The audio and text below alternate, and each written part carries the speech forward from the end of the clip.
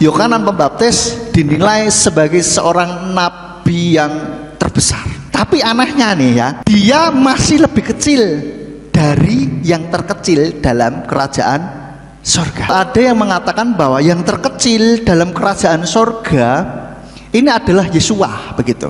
Tapi kalau saya renungkan nggak cocok. Kenapa? Yesua yang punya surga, kenapa dia jadi yang terkecil? Lalu ada yang mengatakan bahwa yang terkecil dalam kerajaan surga ini adalah kita. Tak masukkan, tak renung-renungkan, gua nggak cocok gitu. Berarti kita lebih besar daripada Yohanan Pembaptis, begitu maksudnya.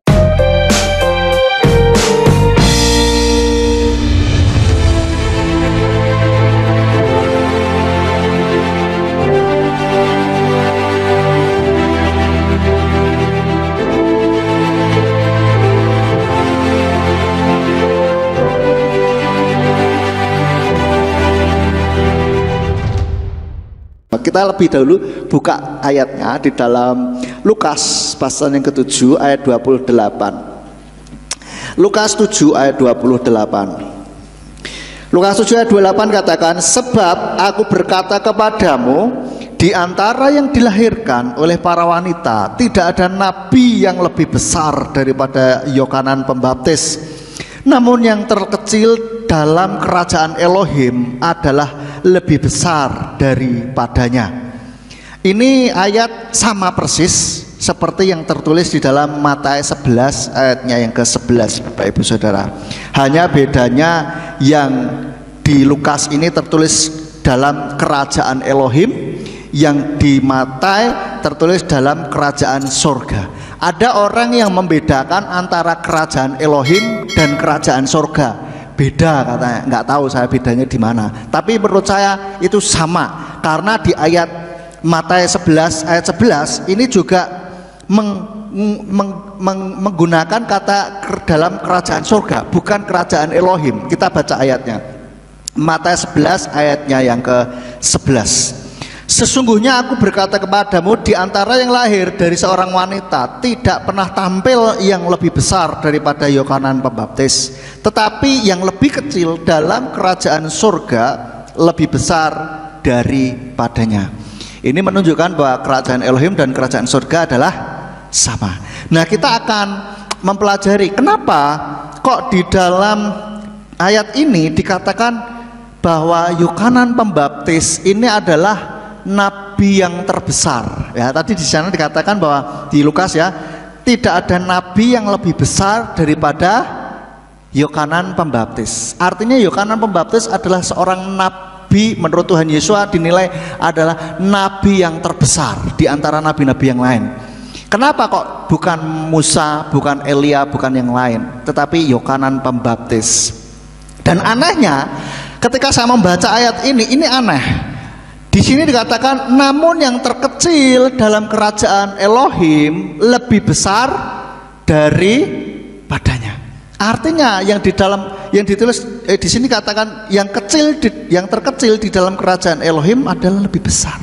Ini buat saya satu hal yang aneh dan cukup agak lama, beberapa hari saya renungkan ini apa maksudnya, begitu. Nah, nanti kita akan sampai ke sana. Tapi sebelumnya kita lihat dulu kenapa Yohanan Pembaptis menjadi seorang nabi yang terbesar sepanjang masa. Tentu saja selain Tuhan Yesus ya.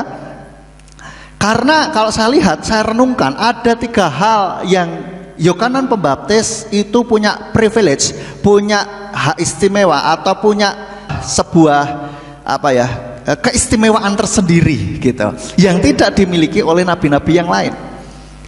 Dan dia melakukan tugas yang tidak dimiliki oleh nabi-nabi yang lain, yaitu yang pertama, dia ini mempersiapkan jalan bagi Yesua atau perintis jalan bagi Yesua, supaya ketika Yesua datang sudah tidak terlalu babat alas gitu ya. Jadi orang Jawa bilang babat alas, yang pertama yang bukain jalan gitu, Yohanan Pembaptis. Dia yang mulai memberitakan kerajaan Elohim, yang memberitakan bahwa nanti anak domba Elohim ini akan datang. Ini adalah Yohanan Pembaptis. Sehingga ketika Yesua datang, mereka nggak kaget lagi, ini apa nih gitu kan. Karena apa? Sudah diprolog dulu, sudah diprolog oleh Yohanan Pembaptis. Nabi-nabi sebelumnya itu hanya bernubuat mengenai Yesua, tetapi Yohanan Pembaptis nunjukin ini loh Yesua gitu. Dan yang kedua, nabi-nabi yang lain itu tidak membaptis Yesua, hanya Yohanan Pembaptis yang membaptis Yesua. Ini suatu privilege, sesuatu hak istimewa, suatu hal yang tidak dilakukan oleh orang-orang yang lain, tidak dilakukan oleh nabi-nabi yang lain. Ya, itu sehingga dia menjadi nabi yang terbesar.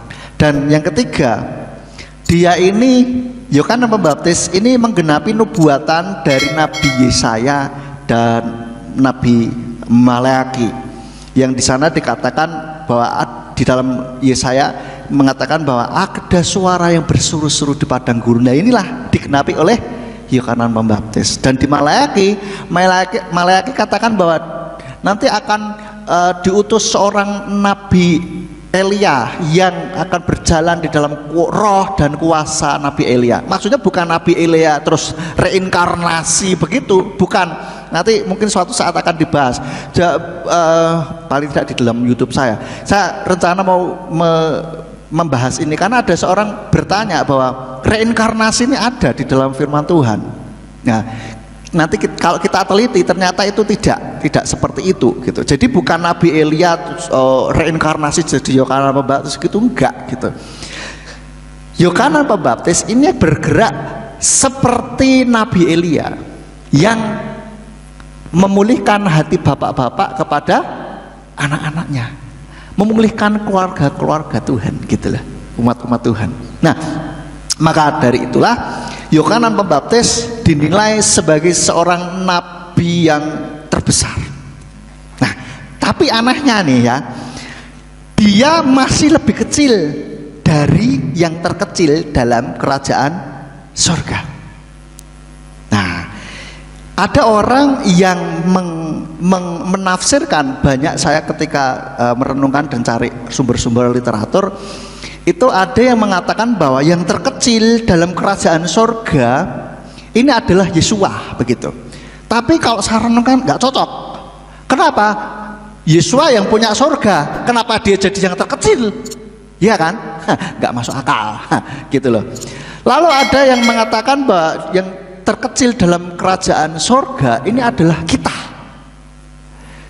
Tak masukkan, tak renung-renungkan, gua nggak cocok gitu. Berarti kita lebih besar daripada Yohanan Pembaptis, begitu maksudnya. Kok nggak cocok ya? Nah, setelah saya renungkan dan saya berdoa, Tuhan, ini ada, Tuhan ingatkan sebuah ayat. Nah, kita lihat dulu nih ya. Dalam Mata 11 ayatnya yang ke-11 dikatakan kata yang terkecil dalam kerajaan surga ini menggunakan kata di dalam bahasa Ibrani hakaton bemalkut hasamayim. Dan kata ini hakaton bemalkut hasamayim ini kata yang sama juga dipakai untuk kata yang terkecil dalam kerajaan surga di dalam ayat Mata 5 ayat yang ke-19. Kita lihat Mata 5 ayat yang ke-19. Oleh karena itu, siapapun yang mengabaikan satu dari perintah-perintah yang terkecil ini dan mengajar orang-orang secara demikian, dia akan disebut, perhatikan, yang terkecil di dalam kerajaan surga. Namun siapa yang dapat melakukan dan mengajarkannya, dia akan disebut besar di dalam kerajaan surga. Jadi menurut ayat ini, yang terkecil dalam kerajaan surga ini adalah orang yang mengabaikan satu dari perintah yang terkecil ini dan mengajarkan orang-orang secara demikian. Dengan kata lain, mereka yang mengutak-atik firman Tuhan atau mengabaikan, berarti ada membuat firman Tuhan ini ada yang tidak diajarkan secara utuh terus diajarkan gitu loh, yang tidak utuh ini gitu loh, saudara. Paham saudara ya? Jadi yang terkecil dalam kerajaan surga ini bukan berarti nanti kita di dalam kerajaan surga ini ada yang terkecil, terus dia ini derajatnya atau reputasinya lebih besar dari Yohanes Pembaptis. Bukan seperti itu.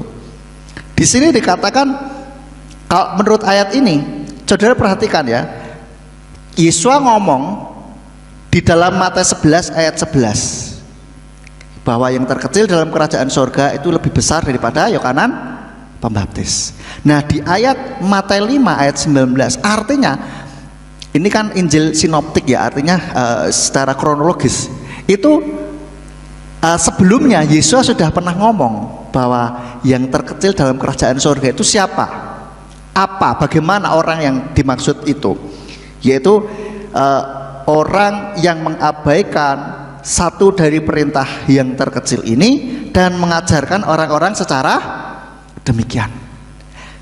Nah, jadi kita tahu nih, ternyata bahwa orang-orang yang mengajarkan mengabaikan satu dari perintah yang terkecil ini dan mengajarkannya, dia lebih besar dari Yohanes Pembaptis. Kok bisa? Lebih besar apanya? Apakah lebih besar derajatnya? Kalau gitu kita mengajarkan firman Tuhan secara serampangan, nggak sungguh-sungguh, ada yang disembunyikan begitu. Jadi mengajarkan pengajaran yang tidak sehat. Ya, beberapa waktu lalu kita belajar tentang pengajaran yang sehat ya di MK. Nah, lebih besar apanya ini kan perlu kita perhatikan. Lebih besar apanya? Masa dia lebih besar? Orang yang mengkorap firman Tuhan, maksudnya bahasa kasar memperkosa firman Tuhan, ada yang disembunyikan, memaksakan, ya kan? Itu melakukan kekerasan terhadap firman Tuhan, kok lebih besar daripada Yohanes Pembaptis? Lebih besar apanya? Lebih besar pengaruhnya, bukan lebih besar reputasinya, bukan lebih besar derajatnya, tetapi lebih besar pengaruhnya daripada Yohanes Pembaptis. Kita lihat bahwa Yohanes Pembaptis ini adalah seorang nabi besar dan pada waktu itu pengaruhnya besar pada waktu zamannya, tetapi masih kalah besar pengaruhnya dengan orang-orang yang ngajarin firman Tuhan ini. Ada yang tidak diajarkan gitu kan, yang mengkorap firman Tuhan gitu. Kok bisa mengambil kesimpulan itu? Karena ayat yang selanjutnya, kalau kita masukkan dalam konteks selanjutnya, di ayat yang ke-12, kita lihat Matius 11 ayatnya yang ke-12, dikatakan, dan dari masa Yohanes Pembaptis sampai sekarang, sampai kitab ini ditulis, kerajaan surga menderita kekerasan dan para pelaku kekerasan mencengkeramnya. Kalau kita masukkan di sini cocok gitu, bahwa orang-orang yang mengajarkan, mengabaikan satu dari perintah yang terkecil ini dan mengajarkannya, itu pengaruhnya lebih besar. Karena dari masa Yohanes Pembaptis sampai sekarang kerajaan surga menderita kekerasan dan para pelaku kekerasan mencengkeramnya. Artinya ada orang yang memperkosa firman Tuhan melakukan kekerasan terhadap firman Tuhan, memaksakan atau membuat firman Tuhan ini nurut sama dia gitu, bukan dia yang nurut sama firman Tuhan gitu. Ini adalah yang dimaksud para pengajar-pengajar pada waktu itu, ahli Torah, orang Farisi. Dan kalau zaman sekarang orang-orang yang menyembunyikan ajaran firman Tuhan, yang tidak enak disembunyikan, biar jemaat-jemaat apa? Mendengarkan yang mengenakkan telinga gitu. Saudara mau diberkati, haleluya, amin.